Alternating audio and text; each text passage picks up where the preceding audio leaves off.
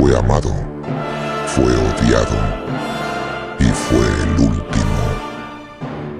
Un hombre que cambió la Iglesia y quizá sin saberlo, activó una antigua profecía. Esta no es solo su historia, es el principio del fin. Jorge Mario Bergoglio nació el 17 de diciembre de 1936 en el barrio de Flores, Buenos Aires. Hijo de inmigrantes italianos, vivió una infancia humilde entre libros, fútbol y la fe católica. Estudió química, pero una enfermedad pulmonar lo llevó a una profunda transformación interior. Entró a la Compañía de Jesús y fue ordenado sacerdote en 1969. Su camino espiritual había comenzado en marzo de 2013. Tras la renuncia de Benedicto XVI, los cardenales eligieron a un papa venido del fin del mundo. Por primera vez, un latinoamericano, un jesuita, un pastor del pueblo llegaba al trono de Pedro. Eligió el nombre Francisco, en honor a San Francisco de Asís, símbolo de humildad, paz y amor por los más pobres. El mundo vio en él una nueva esperanza. Desde su primer día, Francisco rompió esquemas, se negó a usar tronos dorados, vivió en una residencia común, se enfrentó a la curia romana y pidió una iglesia pobre para los pobres. Sus palabras llegaron al corazón de millones. Prefiero una iglesia accidentada por salir a las calles que enferma por encerrarse en sí misma.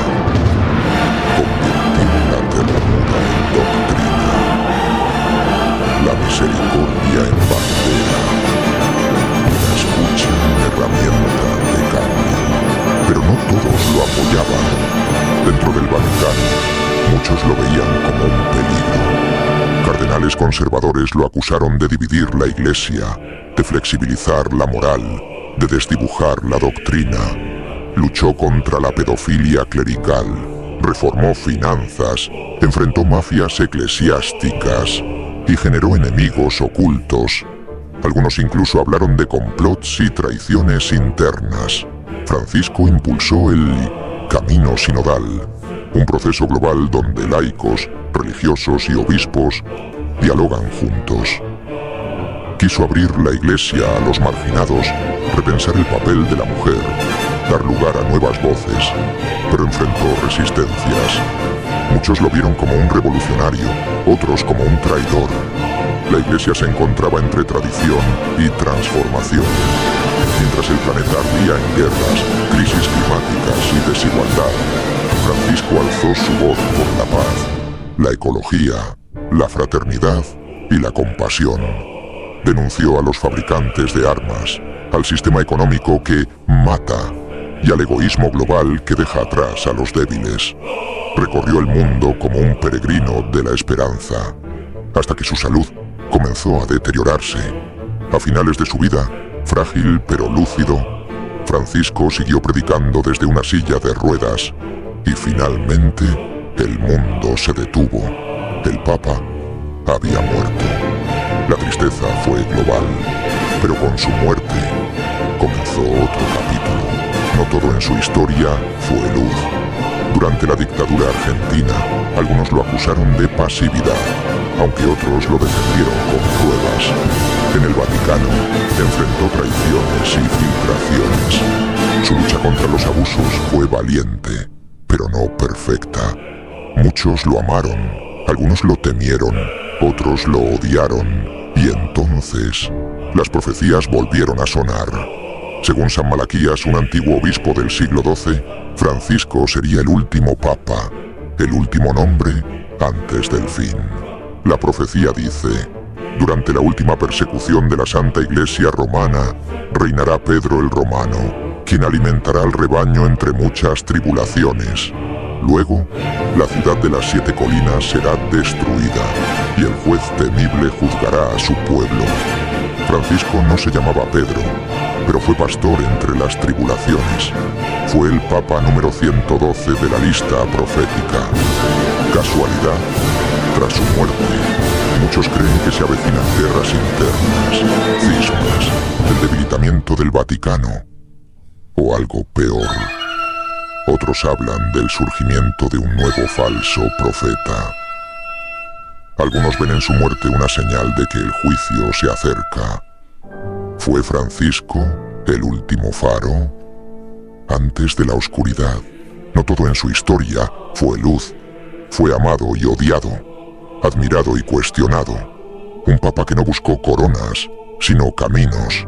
Un pastor que caminó entre lobos, que abrazó leprosos modernos, que se dejó desgastar por el amor al prójimo. Francisco no fue solo un nombre, fue una elección, una ruptura con siglos de tradición, una señal silenciosa de que el tiempo estaba cambiando. No quiso tronos dorados, ni vestiduras lujosas. Se negó a los aros, a las capas, a los símbolos del poder. Eligió vivir en lo simple, habitar donde habitan los hombres comunes. Su voz, aunque suave, resonó como trueno. Habló por los que no tienen voz. Defendió la tierra como madre, lloró con los migrantes, denunció al sistema que descarta a los más vulnerables. Fue incómodo, incorregible, inesperado y sin embargo, humano. Calló, se equivocó. Dijo menos de lo que muchos esperaban, pero también más de lo que el Vaticano habría tolerado en otro tiempo. Amó a los pobres, sí, pero también desafió a los ricos. Pidió que le recen, incluso cuando no sabían si creían en Dios. Se dejó insultar por fanáticos y calumniar por medios, pero no respondió con ira, sino con silencio. Un silencio que pesaba más que 1000 discursos. Detrás de sus gestos simples había una estrategia compleja. Detrás de su sonrisa, muchas veces, había dolor, porque ser Francisco no era un rol, era una cruz. Y ahora, con su muerte, el mundo no solo perdió a un líder, perdió a la figura final de una era, a un símbolo, a la última voz de una iglesia que aún intentaba dialogar con el mundo antes del abismo. Y el nombre, ese nombre, no fue casualidad. Francisco, como el santo pobre, el soñador de paz, el loco de Dios. Y según algunos, también el último nombre escrito en una lista que comenzó hace siglos. Una lista que, si es cierta, no deja espacio para otro después de él. Porque el último nombre no se reemplaza, solo se recuerda o se teme. ¿Y ahora qué? ¿Será este el cierre de una historia o el inicio de otra mucho más oscura? ¿Vendrá el silencio o el rugido del juicio? ¿Será el Vaticano un faro en medio del caos o se apagará su luz para siempre? ¿Fue Francisco el escudo final o el heraldo de lo inevitable? ¿El último pastor o el primero de los testigos del fin? La historia de la Iglesia ha atravesado persecuciones, inquisiciones, reformas y traiciones. Pero jamás, desde sus cimientos, pareció estar tan cerca del borde.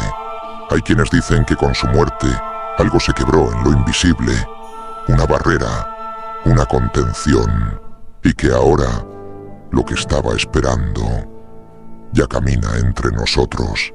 La profecía de San Malaquías lo anunciaba. El último nombre, el que antecede al caos, al juicio, al derrumbe de la ciudad de las 7 colinas. No se trata de superstición, sino de patrones antiguos que parecen cumplirse sin que nadie los invoque. Nadie sabe si Francisco lo supo, pero todos sienten que algo ha cambiado. En los pasillos del poder se rumorea que vendrá un papa de transición, pero otros, los más oscuros, hablan de un falso profeta, de divisiones internas, de un cisma, de un impostor. Y el mundo, distraído entre guerras y pantallas, no ve que algo se avecina, silencioso, profundo, irreversible.